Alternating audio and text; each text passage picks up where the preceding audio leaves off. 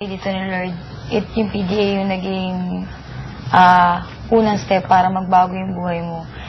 Pero hindi ibig sabihin na lalabas ka, babalik yung dati, iba na yung buhay mo ngayon.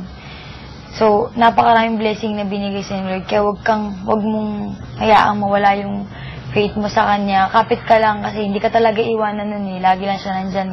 Laging kumakatok yun eh. Pag binuksan mo, pasok ulit siya ulit. Laging kasama mo lang siya. Kaya, kung minsan nararamdaman mo na parang wala nang pag-asa, ganyan, gumuho ng mundo. Hindi ganun ang buhay. Lagi kanyang kukunin. May talento ka, nagbago ka na. Alam mo yun? Tama si Chad, huwag maintindihin yung past. Kasi maliwanag yung future. Tignan mo lang lagi, ayan na, dyan na yung bintana, makita mo na kung ano yung mangyayari. Kaya huwag kang magwawala ng pag-asa. Basta ang gawin natin ngayon, kahit tayong lahat, work hard kasi ito na yung binigay ni Lord na gift sa atin.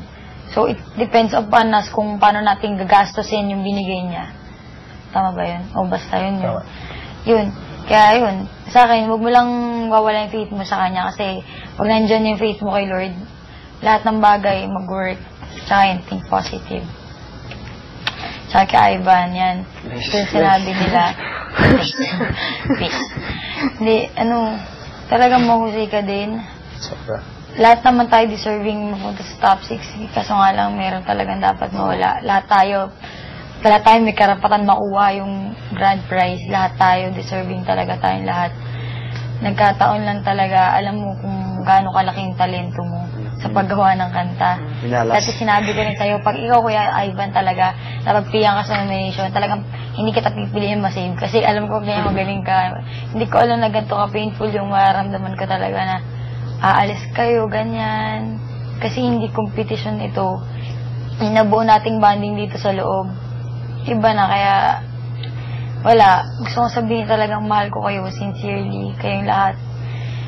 Kaya, tsaka galingan mo, kahit hindi ka nakapasa sa top 6, gatagumpay, basta work hard. Yes. Double yung ginagawa natin dito, doblehin pa natin para basta maging maganda yung future natin. Okay? Yes.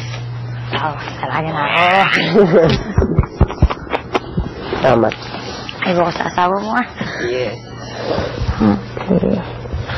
Ingat ko dito. Isang linggo lang din magkikita rin naman tayo agad. Oh my God! Oh my God naman nagway. Ivan. Teka. For everybody, I just wanted to pick up on something that Yang said. Don't live in the past. Tama yun.